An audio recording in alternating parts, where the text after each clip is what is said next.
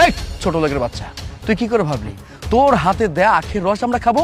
ছোট লোকের বাচ্চা, এমনিতে তোর সাথে কথা বলছি, মান ইজ্জত সম্মান সবকিছু নষ্ট হয়ে যাচ্ছে। খুব কাজ করছে, ভালো কাজ করছে। এতই যদি ভালো কাজ করছিস তাহলে আমাদের পরিচয় কোথাও কোনোদিন দিবি না। ভার্সিটিতে গিয়ে আজকের পর থেকে আর কখনো বলবি না যে আমরা তোর ফ্রেন্ড ছিলাম, ভুলে যাবে আমাদের নাম। হ্যাঁ, ও একদম ঠিক কথা বলেছে। ফারদার কোনোদিন যদি আমাদের পরিচয় দিস না, তাহলে এই যে গ্লাসটা দেখছিস না, এটা দিয়ে তোর মাথা ফাটিয়ে দেবো। দূর, এখানে এত কথা কেন বাড়াচ্ছিস? চল তো। কথায় মাথা রাখিস। দাঁড়ান। 20 টাকা ডাক না রে বাবা। এই এক গ্লাস দাও তো। কিরে অথৈ, তুই তুই আখের রস বিক্রি করছিস? মানে এসবের ব্যবসা করছিস?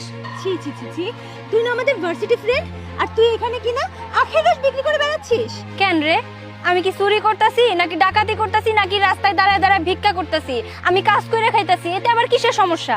তুই যদি চুরি ডাকাতি করতে তাও ভালো ছিল, মানুষজন দেখতো না।